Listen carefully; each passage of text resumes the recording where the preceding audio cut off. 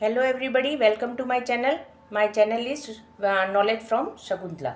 Okay, आज के video में हम काप्रेकर कांस्टेंट के बारे में जानेंगे. काप्रेकर कांस्टेंट हम किसको कहते हैं? 6174 एक डिजिट है. इस डिजिट को हम काप्रेकर कांस्टेंट कहते हैं और इसकी डिस्कवरी इंडियन मैथमेटिशियन ने की थी, तो उसका नाम था DR काप्रेकर. ठीक है. अब लिमिटेशन क्या है? लिमिटेशंस मीन्स ये सब नंबर पे काम नहीं करता. यानी कि कोई भी नंबर हम लेते हैं, सपोज करो हम 9999 एक नंबर ले लेते हैं.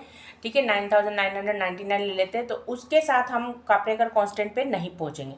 तो काप्रेकर कांस्टेंट पे पहुंचने के लिए हमें 4 डिजिट का ऐसा नंबर चाहिए जिसमें 2 अलग अलग डिजिट होनी चाहिए कम से कम. जैसे कि इसमें चारों डिजिट अलग अलग है, 6 अलग है, 1 और 7 कोई रिपीट नहीं हो रहा, लेकिन 2 रिपीट हो सकते हैं. ठीक है, 3 भी रिपीट हो सकते हैं, लेकिन चारों रिपीट नहीं होना है. ठीक है ना, ऐसा नंबर हमें लिखना, कम से कम 2 अलग अलग डिजिट उसमें होनी चाहिए. अब ऐसे नंबर को लेने के बाद क्या करना है?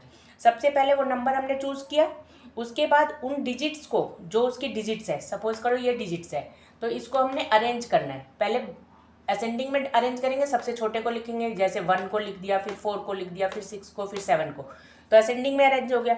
अगर डिसेंडिंग में अरेंज करना है तो हम सबसे पहले 7 को लिख देंगे, फिर 6 को लिख देंगे, फिर 4 को और फिर 1 को. इस तरह से हम डिसेंडिंग में कर देंगे. तो इस तरह से हमें एक असेंडिंग में से एक नंबर नया मिल जाएगा और डिसेंडिंग लिख के हमें एक नया नंबर मिल जाएगा. फिर उनका डिफरेंस कर देंगे. डिफरेंस मीन्स उनको माइनस कर देंगे, बड़े में से छोटा नंबर माइनस कर देंगे. उस तरह से हमें एक डिफरेंस करने के बाद एक और नंबर मिल जाएगा. उस नंबर का फिर हम वही काम करेंगे. क्या काम करेंगे? उसको असेंडिंग में करेंगे, फिर डिसेंडिंग में करेंगे, फिर सब्सट्रैक्ट करेंगे. असेंडिंग में करेंगे, डिसेंडिंग में करेंगे, फिर सब्सट्रैक्ट करेंगे. ऐसा तब तक करते रहेंगे जब तक हम 6174 पर ना पहुंच जाएं. और ऐसा हर नंबर के साथ हम देखेंगे, जो भी हमारी कंडीशन के हिसाब से हमने नंबर चूज़ किया तो वो हम इस नंबर पे लास्ट में पहुंच जाते हैं. ठीक है, इसीलिए इसको काप्रेकर कांस्टेंट कहते हैं. एक एग्जाम्पल लेके समझेंगे, ज़्यादा क्लियर होगा. देखो, सपोज करो हमने 2 3 5 4 एक नंबर लिया. अब इसको हमने अरेंज किया, सबसे बड़े को पहले लिखा, फिर छोटे को लिखा, फिर छोटे को लिखा, फिर छोटे को लिखा. इस तरह से हमारे पास एक नंबर आ गया 5432. अब इसी तरह से हमने इसको इंक्रीजिंग में यानी असेंडिंग में अरेंज कर दिया. जैसे कि 2 को आप पहले लिखा, फिर 3 को, फिर 4 को, फिर 5 को. इस तरह से हमारे को एक और नंबर मिल गया. इन दोनों को माइनस कर दिया, बड़े में से छोटे को माइनस कर दिया.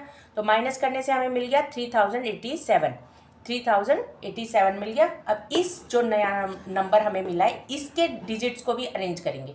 इसके डिजिट्स को हमने अरेंज किया, सबसे बड़े को, फिर छोटे को, छोटे को, छोटे को, फिर छोटे को, फिर बड़े को, बड़े को, बड़े को. इस तरह से हमने क्या किया, 2 डिजिट मिल गई, एक डिसेंडिंग के लिए, डिसेंडिंग करके, एक असेंडिंग करके, और उन दोनों को फिर माइनस कर दिया. माइनस करके हमें एक नया नंबर मिला 8352. अब इसकी डिजिट्स को हमने अरेंज करना है. यानी इसकी डिजिट्स क्या है? 8532. इनको हमने अरेंज किया, सबसे बड़ा, फिर छोटा, छोटा, छोटा, फिर छोटा, फिर बड़ा, बड़ा, बड़ा. ठीक है, इस तरह से इनको अरेंज किया हमने, एक डिसेंडिंग में, एक असेंडिंग में, और फिर उनको माइनस किया. माइनस करके हम यहाँ पहुँच गए. जब तक हम यहाँ नहीं पहुँचेंगे तब तक ये प्रोसेस हम रिपीट करते रहेंगे और एंड में हम यहाँ इस नंबर पे पहुँच जाते हैं. ठीक है, अगर हमारा कंडीशन के हिसाब से 4 डिजिट नंबर हम लेते हैं तो इसी को हम काप्रेकर कांस्टेंट कहते हैं. ओके, कितने स्टेप में पहुँचे? कई बार क्वेश्चन में ये पूछ लेते हैं, ये तुम्हें कोई नंबर दे दिया, सपोज करो ये नंबर तुम्हें क्वेश्चन में दे दिया, और फिर बोलोगे कितने स्टेप में तुम काप्रेकर कांस्टेंट तक पहुँचे, तो तुम बोलोगे 1 स्टेप, 2, 3 स्टेप पे हम काप्रेकर कांस्टेंट पे पहुँच गए. क्लियर? तो काप्रेकर कांस्टेंट का एक छोटा सा क्वेश्चन इस टाइप का पेपर में आ सकता है. ओके, तो प्रिपेयर करो और सब्सक्राइब करो मेरे चैनल को, ताकि ऐसे ऐसे वीडियोस और आप देख सकें. Okay, thank you.